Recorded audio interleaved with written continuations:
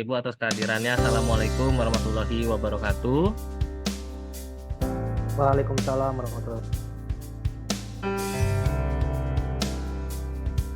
Oke, pertama-tama saya ucapkan banyak terima kasih yang sudah tergabung dalam kegiatan hari ini, di mana hari ini saya akan sharing dan berbagi tentang materi budaya positif, di mana dalam materi ini yang saya dapatkan dalam pendidikan guru penggerak angkatan 10. Ini kita sharing sifatnya, jadi nanti jika ada pertanyaan atau mungkin yang masih bingung, kita bisa bahas bersama untuk menemukan solusi dari permasalahan tersebut.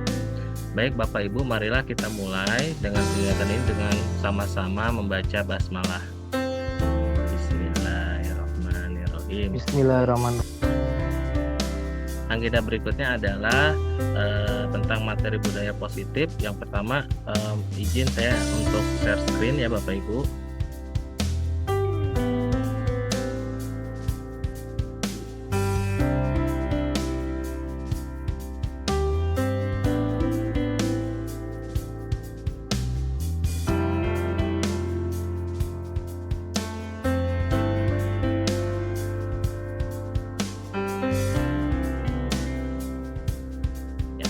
Sudah terlihat semuanya? Sudah.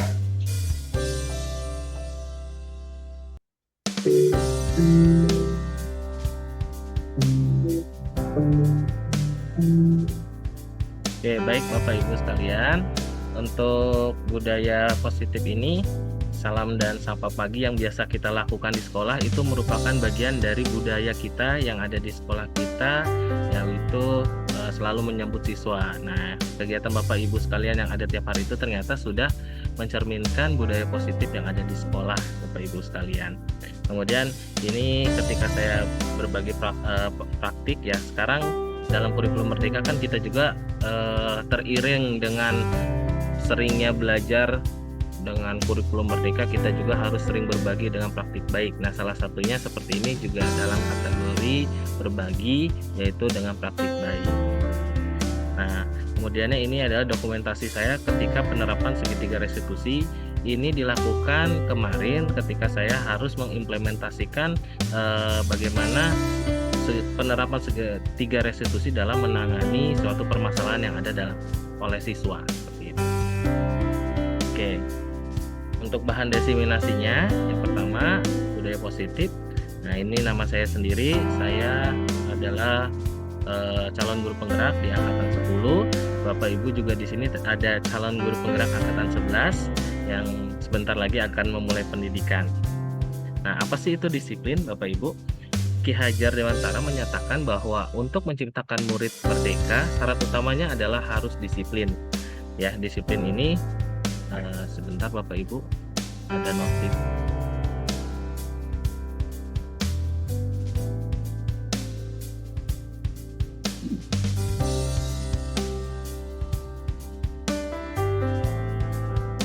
Ya, mohon maaf agak ini ya terputus. Jadi syarat utamanya adalah harus ada disiplin yang kuat. Nah, disiplin maksud di sini adalah disiplin dari diri yang memiliki motivasi internal. Artinya mereka itu memiliki kemauan mengikuti aturan atau disiplin itu bukan dari paksaan orang lain, tapi terbangun dari diri sendiri. Nah, itulah disiplin positif.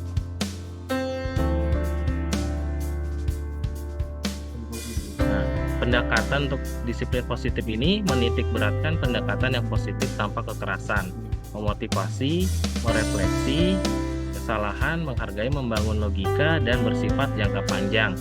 Sebagai pendidik, tujuan kita adalah menciptakan anak-anak yang memiliki disiplin diri sehingga mereka bisa berperilaku dengan mengacu pada nilai-nilai kebajikan, universal, dan memiliki motivasi intrinsik bukan ekstrinsik. Nah, ini yang tadi saya maksud adalah motivasi dari diri sendiri. Kata-kata di sini nanti akan kita bahas secara satu persatu. Apa sih itu? Maksudnya adalah nilai-nilai kebajikan, universal, dan memiliki motivasi intrinsik itu seperti apa. Mari kita lanjutkan. Nah, nilai-nilai kebajikan atau universal. Maksud dari nilai kebajikan adalah sifat positif yang ada pada manusia yang merupakan tujuan mulia yang ingin dicapai setiap individu. Kemudian nilai-nilai kebajikan yang ingin dicapai oleh setiap anak itu kita kenal dengan profil pelajar Pancasila. Nah, kalau untuk kata-kata profil pelajar Pancasila pasti Bapak Ibu sering mendengar. Dalam profil Pancasila itu adalah ada nilai-nilai kebajikan di dalamnya yang bersifat positif. Seperti itu Bapak Ibu. Kemudian di sini P3 ya, profil pelajar Pancasila itu ini beriman bertakwa kepada Tuhan Yang Maha Esa, ada mandiri, bernalar kritis, berkebinekaan global, bergotong royong, dan kreatif. Ini 6 pilar yang sering kita dengar ketika kita memang dalam pembelajaran ataupun dalam perencanaan pembelajaran di modul, kita selalu memasukkan profil Pancasila di sini. Oke, ini ada 9 pilar karakter di Indonesia Heritage Foundation. Maksudnya adalah ini versinya ya. Jadi nilai pilar karakter itu salah satunya menurut Indonesia Heritage Foundation cinta Tuhan dan segenap ciptaannya. Kemudian ada juga kemandirian dan tanggung jawab. Kemudian kejujuran atau amanah, diplomatis, hormat dan santun, dermawan, suka menolong dan gotong royong, percaya diri, kreatif dan pekerja keras, kepemimpinan dan keadilan, baik dan rendah hati, toleransi, kedamaian, dan ini agak ketutup nih Bapak Ibu. Ya. Selanjutnya adalah tentang keyakinan kelas. Saya yakin Bapak Ibu sudah menerapkan keyakinan kelas. Tapi di sini mungkin saya akan sharing kembali bagaimana sih prosedur pembentukan keyakinan sekolah atau kelas. Nah, untuk dalam membentuk keyakinan itu, yang pertama mempersilahkan warga sekolah atau murid-murid di sekolah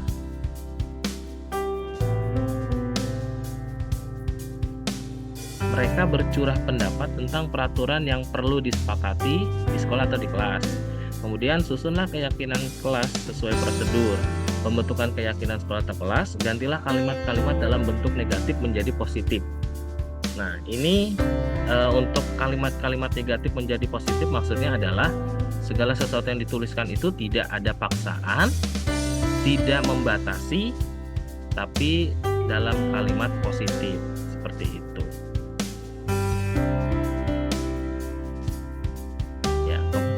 Kemudian tinjau kembali, mungkin akan mendapati bahwa pernyataan yang tertulis di sana masih banyak yang berupa peraturan-peraturan. Selanjutnya ajak warga sekolah atau murid-murid untuk menemukan nilai kebajikan atau keyakinan yang dituju dari peraturan tersebut. Contoh, berjalan di kelas, dengarkan guru, datanglah tepat waktu, berada di bawah satu payung, yaitu keyakinan untuk saling menghormati atau nilai kebajikan.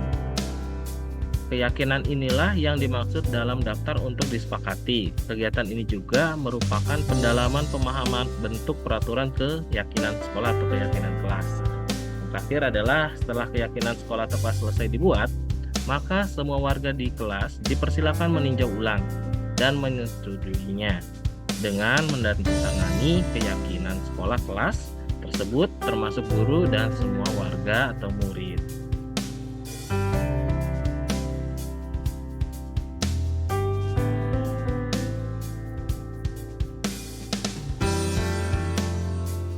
Oke, berikutnya adalah keyakinan kelas. Bentar ini.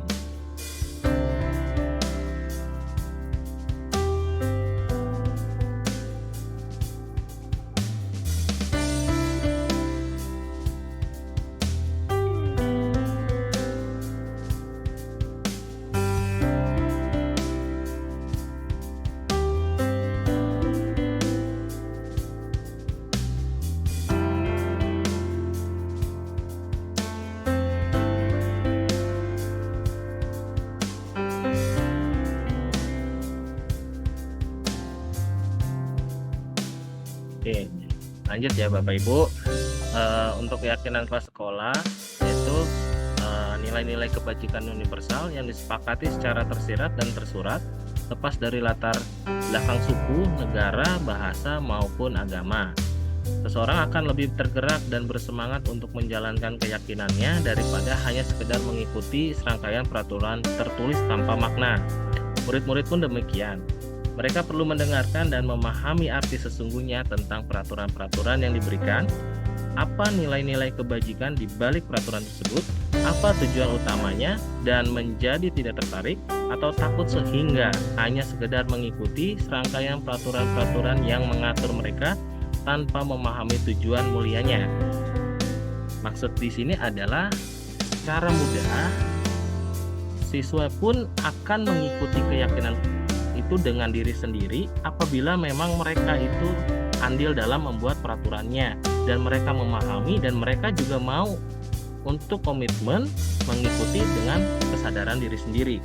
Beda halnya ketika peraturan yang didapatkan mereka tidak tahu dan hanya mengikuti secara gamblang, secara umum, tidak mengikuti prosesnya.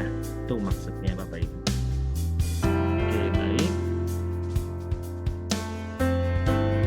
Nah, ini ada hukuman, konsekuensi, dan penghargaan. Ini dijelaskan kalau hukuman adalah bersifat tidak terencana atau tiba-tiba satu arah dan pihak guru yang memberikan dan murid hanya menerima. Jadi suatu hukuman tanpa melalui suatu kesepakatan atau arahan dari pihak guru baik sebelum atau sesudahnya. Di sini kita lihat hukuman itu berarti bisa terjadi tanpa adanya kesepakatan atau hanya satu arah, itu berarti hanya si penghukum saja yang sumber orang yang memberikan hukuman, yang dihukum tidak tahu apa-apa, hanya menjalankan seperti itu. Dan berikutnya adalah konsekuensi. Konsekuensi ini sudah terencana atau sudah disepakati, sudah dibahas dan disetujui oleh murid dan guru. Umumnya konsekuensi dibuat oleh pihak guru atau sekolah dan murid-murid sudah mengetahui sebelumnya. Jadi konsekuensi yang akan diterima bila ada pelanggaran. Nah, ini bedanya dengan hukuman adalah siswa itu udah tahu. Jadi bila dia terlambat, ternyata konsekuensinya harus seperti apa. Dia sudah tahu. Jadi sehingga ketika dia lakukan pelanggaran itu, dia tinggal melakukan. Nah, bedanya dengan hukuman, dia tidak tahu apa-apa yang harus dia kerjakan ketika dia melanggar suatu peraturan atau kesepakatan. Nah, itu konsekuensi.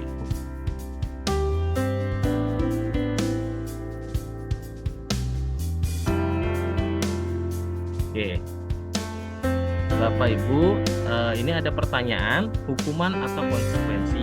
Nah, dari bagian contoh di bawah ini, manakah yang merupakan hukuman? Jemur di lapangan basket pukul 12 karena mengobrol dengan teman.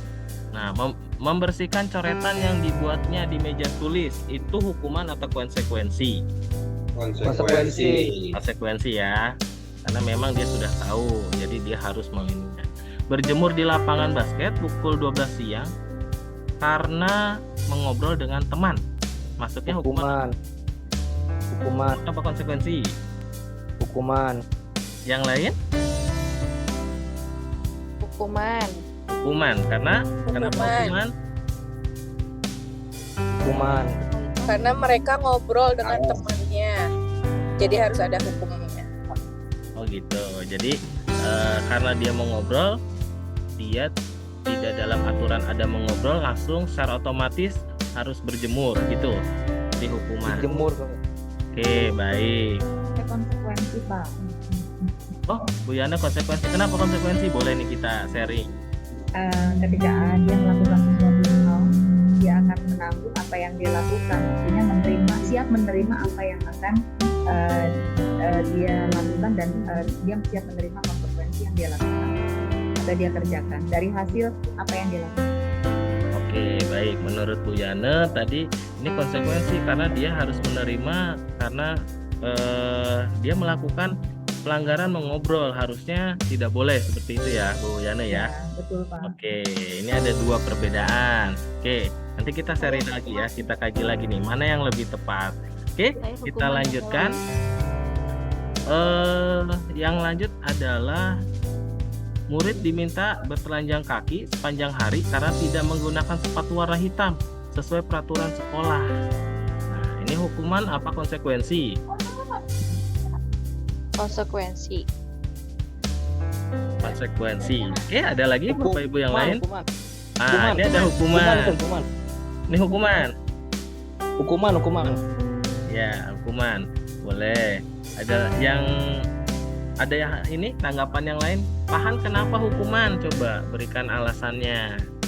Karena murid diminta bertelanjang kaki sepanjang hari karena dia tidak menggunakan sepatu hitam. Ini termasuk hukuman bagi saya karena ini akan memberatkan si siswa tersebut, Pak. Kalau konsekuensi mungkin bisa dilakukan seperti teguran ringan, lalu atau misalkan sekolah menyediakan sepatu hitam, misalkan gitu. Jadi anak tidak sampai bertelanjang kaki sepanjang hari, Pak. Kasihan kan sekarang udara juga panas sekali, Pak, di siang hari. Berarti ini suatu kejadian Hukuman. Ya, hukuman karena memang tidak mungkin membuat kesepakatan aturannya dibuka nyeker gitu ya, maksudnya Pak Han. Iya, Karena betul, terlalu betul, Pak. banyak resikonya dan memang sungguh Betul. tidak nyaman seperti itu. Iya. Oke, terima kasih pendapatnya Pak Han.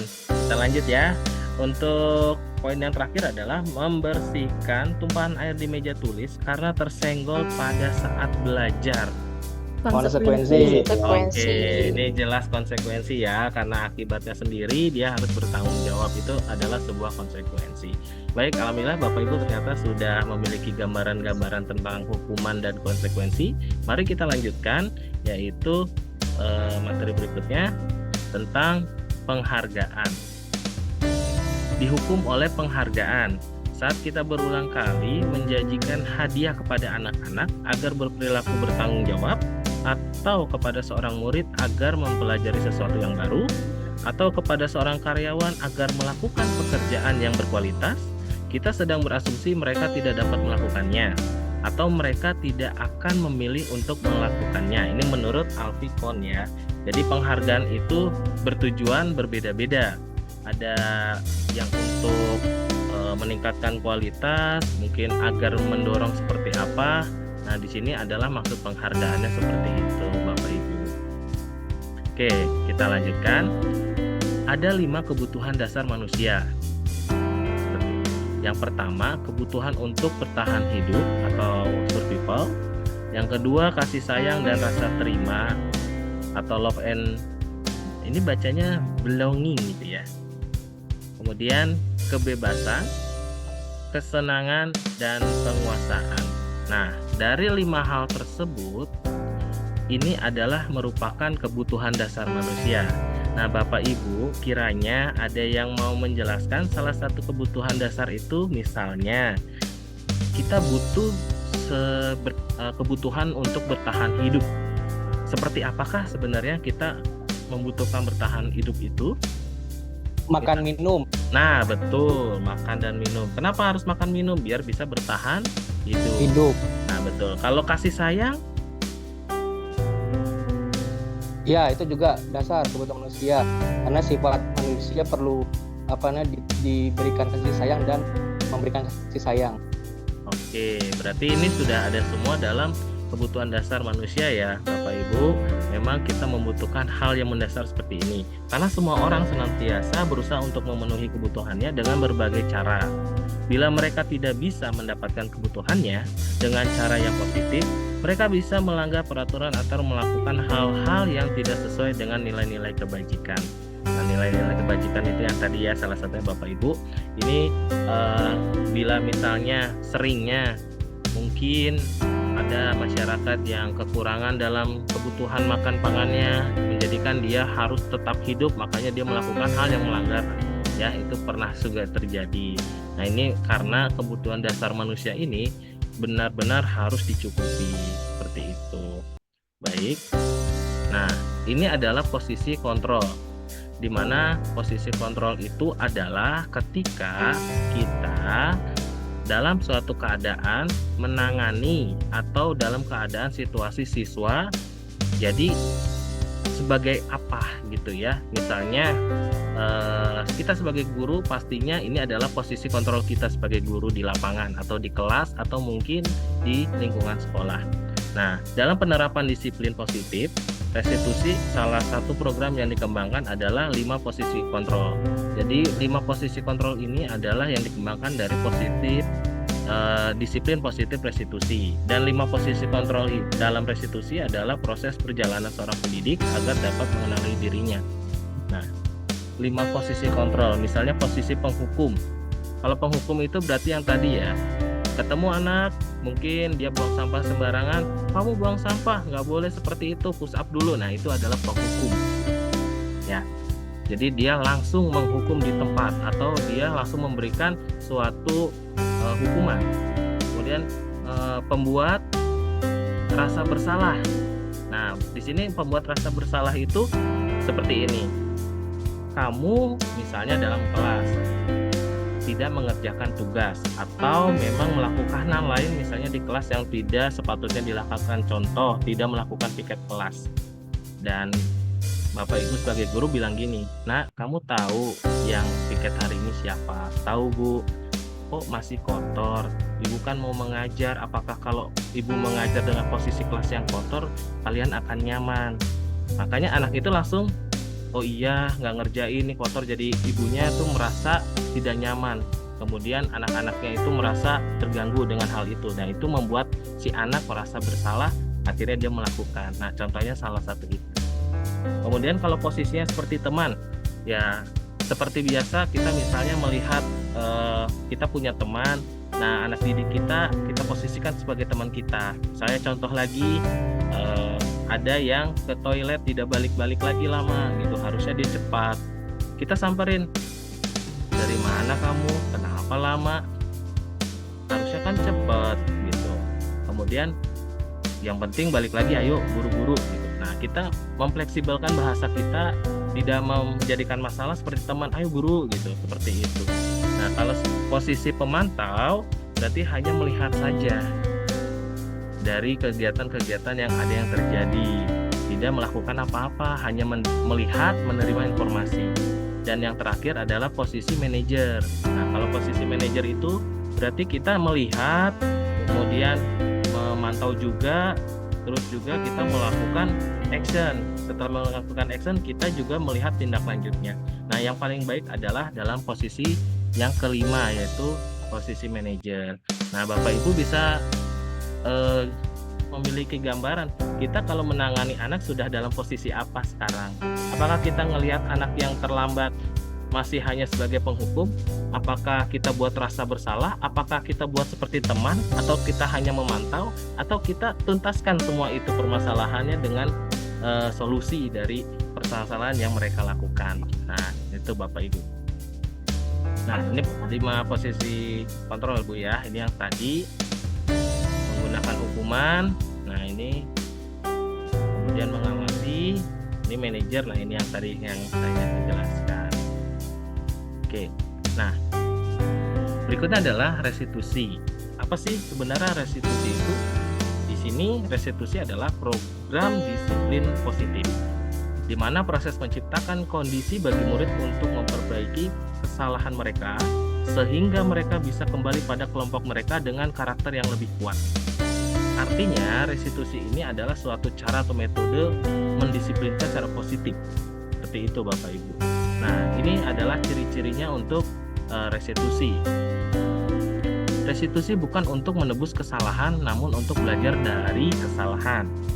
Kemudian restitusi memperbaiki hubungan.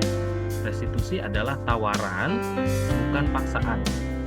Dan terakhir restitusi menuntun untuk melihat ke dalam diri. Kita pahami dulu bahwa disiplin positif itu yang terbangun dari intrinsik, berarti anak sendiri yang bisa menemukan solusi dan anak sendiri yang harus mempunyai keyakinan akan apa yang mungkin persoalan yang terjadi atau mereka melakukan pelanggaran atau kekurangan, sehingga mereka sadar dengan diri sendirinya dan akan memperbaiki dengan sendirinya dari jiwa dan cara intern, seperti itu ya, bukan karena paksaan. Karena dalam melakukan restitusi sendiri itu tidak boleh menebus kesalahan, tapi untuk belajar dari kesalahan, seperti itu Bapak Ibu.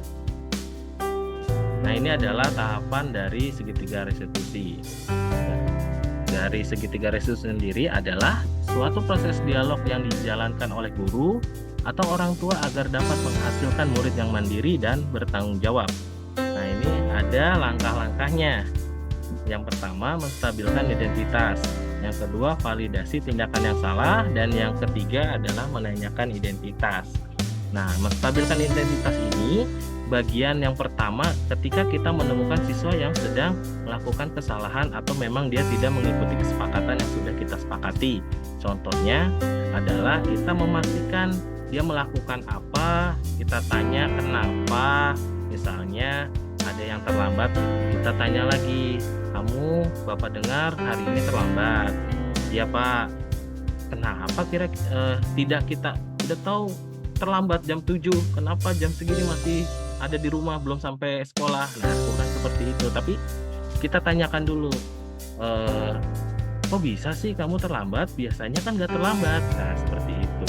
Mungkin kita harus mendengarkan dulu nih mereka tuh kenapa, kemudian setelah mereka jelaskan, kita tidak juga misalnya jawabannya bangunnya kesiangan Pak, wah salah itu, nggak boleh kesiangan. Nah, tidak seperti itu juga, karena kita bahasanya tidak boleh menyalahkan, tapi kita tanya lagi, oh seperti itu. Kiranya kita tanya kembali kenapa bisa terlambat dan sampai terjawab akar permasalahannya. Nah, setelah distabilkan identitasnya, baru kita validasi tindakannya. Kita tanya kembali, apakah kira-kira kalau terlambat itu merupakan hal yang baik? Nah, biarkan siswa yang menjawab.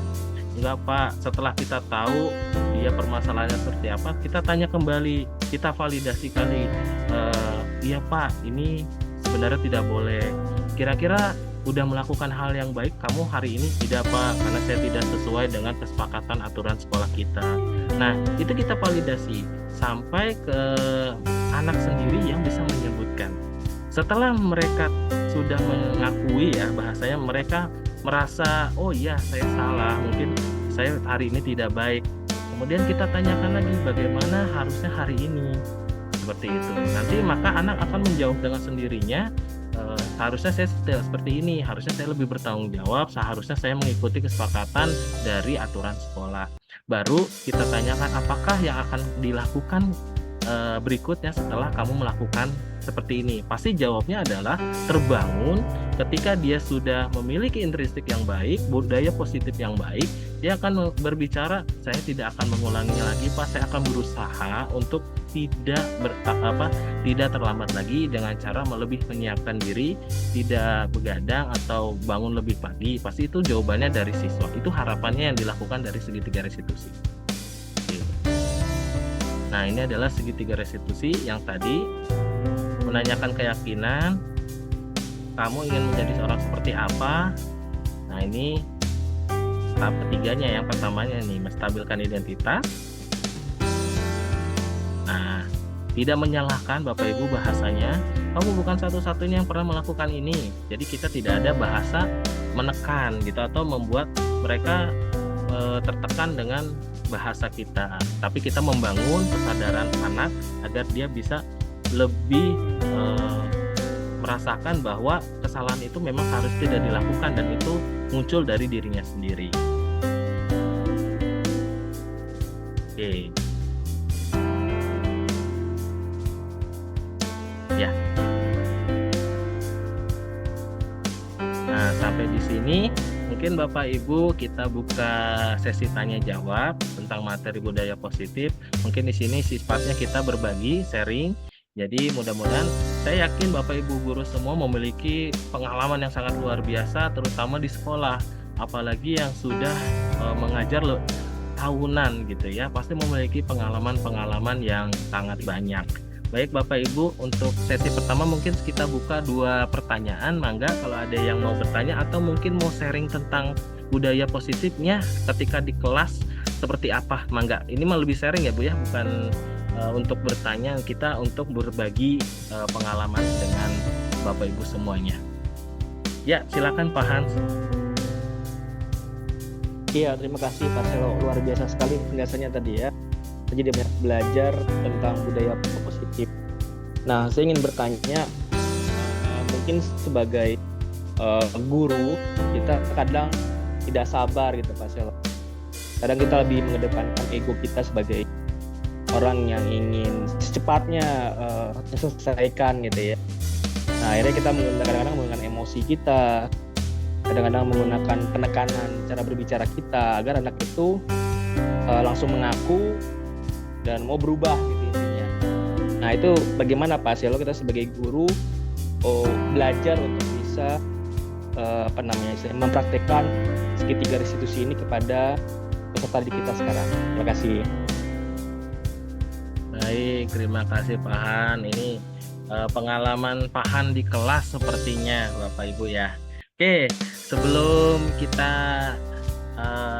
saya mencoba untuk sharing dengan Pak Han, apakah ada Bapak Ibu guru sekalian yang menanggapi dulu dari pertanyaan Pak Han nih, yang pernah terjadi sama kejadiannya dengan Pak Han, dan kira-kira apa yang dilakukan Bapak Ibu saat itu kalau kejadiannya seperti Pak Han? Mangga, ada Bapak Ibu sekalian yang ingin sharing?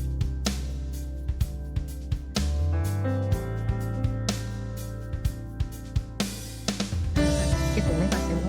Boleh, kalau mangga Ibu. Suaranya ini enggak Agak ngebas banget, kayak mau konser. ngebas apa sih? Ngebas sih. Agak-agak ini. Soalnya nggak pakai ini headset. Ya, nggak apa-apa. Jelas kok, tapi di sini. Cuma menyampaikan sedikit saja tentang restitusi ini, sebetulnya hal yang menarik sih kalau dilaksanakan di kelas. Terkadang kita suka menjustifikasi pada saat anak melakukan kesalahan, lu harus dapat hukuman gitu. Padahal sesungguhnya enggak. Jadi kita tidak memberikan hukuman, tetapi menawarkan solusi. Jadi intinya segitiga restitusi adalah kita menawarkan solusi, gitu. Karena tujuan dari restitusi itu satu tadi bukan untuk menebus kesalahan. Misalkan siswa melakukan coret-coret tembok, misalkan kemudian dia harus dihukum. Tetapi bagaimana caranya siswa menemukan solusinya dan sadar bahwa apa yang nanti konsekuensi yang akan dia dapatkan itu adalah bagian dari belajar dari kesalahan, sehingga tujuan restitusi di awal itu adalah untuk memperbaiki hubungan itu terjalin.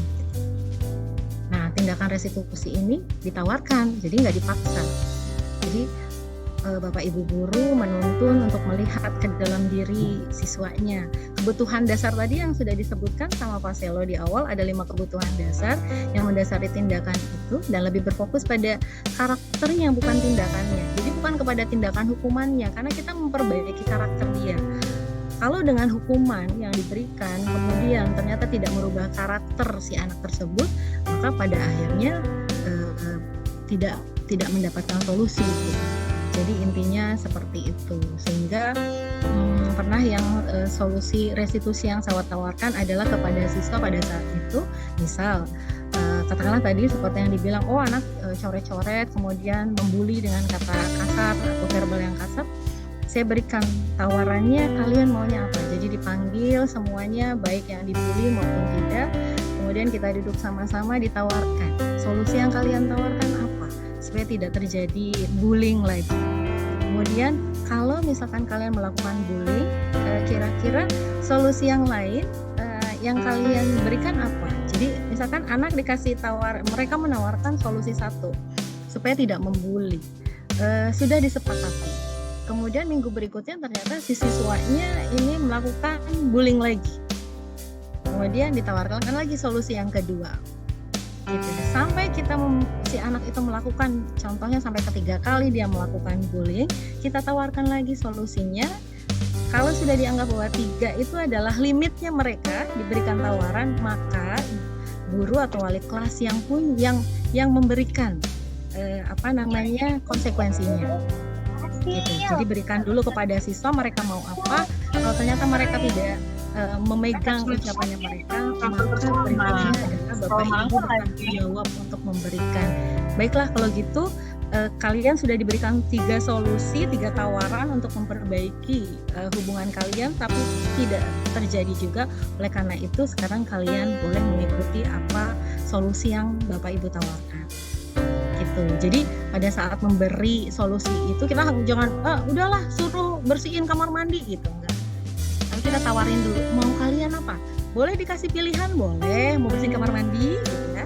Tapi dengan bahasa yang santun supaya tidak ada pemaksaan. Kalau menurut saya sih kayak gitu. Itu aja, terima kasih Pak Selo. Oke, Pak Wina, sangat luar biasa. Ini pengalamannya panjang. Nah, Pak Han, bisa terbayang nggak Pak Han tadi dari pengalamannya Bu Ina, Bu Aja Ina, tentang bagaimana menangani siswa yang tadi Pak Pahan mungkin udah ini aja, berarti Pahan harus lebih sabar, berikan kesempatan untuk menawarkan solusi. Jika masih tidak bisa berjalan dengan baik, maka nanti akhirnya solusinya dari Pahan sendiri atau mungkin melibatkan wali kelas agar tingkatannya lebih naik lagi, seperti itu konsepnya. Betul, itu tergantung juga tingkatan anak itu berbuat kesalahannya seperti apa. Ya. Kalau tingkat kesalahannya besar, maka kita perlu melibatkan BK juga. Ya, terima kasih Kak Ina, sangat luar biasa sharing berbaginya. Ini terjawab dari selain terjawab juga ini sebagai sepertinya refleksi dari materi restitusi ya. Tergambarkan ya Bapak Ibu bahwa kita tidak boleh langsung menjudgment anak-anak itu, wah seperti ini, nggak boleh. Ternyata kita harus juga, kita menginginkan anak yang berbudaya dengan positif, maka kita dulu yang harus bisa juga menempatkan diri. Bagaimana caranya tidak sampai merasa anak itu tertekan oleh kita. Nah, seperti itulah gambarannya mungkin. Baik Bapak Ibu, sesi untuk materinya sudah dijelaskan, sudah saya paparkan. Mudah-mudahan dalam pembagian materi hari ini bisa bermanfaat tentunya buat Bapak Ibu dan bisa dilaksanakan mungkin nanti di kelas Bapak Ibu dan dikembangkan kembali agar saat pembelajaran juga kita bisa terus belajar. Selain anak belajar, kita pun juga belajar bagaimana meningkatkan kompetensi kita sebagai guru, tentunya dengan model kurikulum yang baru dan dengan teknik-teknik yang baru, penyegaran dan segala macamnya. Seperti itu. Baik, ada lagi Bapak Ibu yang mungkin mau sharing tentang bagaimana penerapan restitusi yang pernah dilakukan atau ada pengalaman di dalam kelas? Boleh satu orang lagi.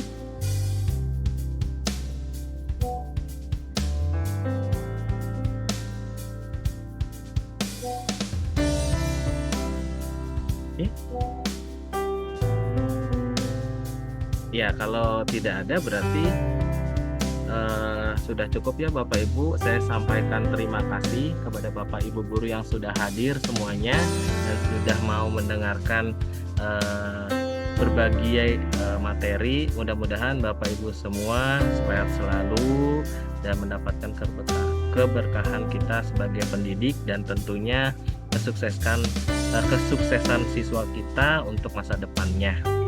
Baiklah, untuk materi hari ini saya tutup Bapak Ibu sekalian. Kalau sudah tidak ada pertanyaan lagi, akhir kata dalam materi kita sama-sama mengucapkan hamdalah.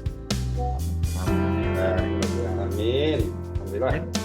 Terima kasih Bapak Ibu semua yang sudah hadir. Saya sampaikan 1000, 2000, beribu terima kasih. Semoga Bapak Ibu sehat selalu dan sampai jumpa di pertemuan berikutnya. Salam. Sama Pak Selo. Guru hebat. Izin Les. Terima kasih Pak Selo. Sama-sama Bapak Ibu. Mantap. Terima kasih Pak Sel. Oke. Pamit undur diri. Assalamualaikum.